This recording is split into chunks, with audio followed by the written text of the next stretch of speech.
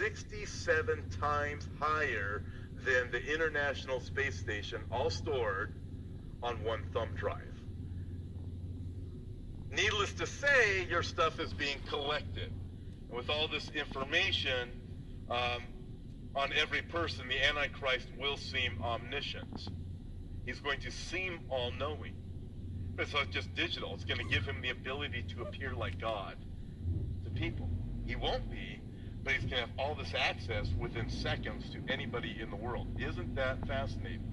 Last two questions. Why so much data storage? If the NSA captured and stored every bit of internet traffic this year, it would be less than 1/1000th of a single yottabyte.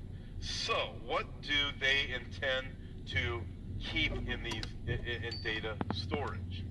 Well, Ira Hunt, former CIA chief technology officer, said, "We fundamentally try to collect everything and hang on to it forever."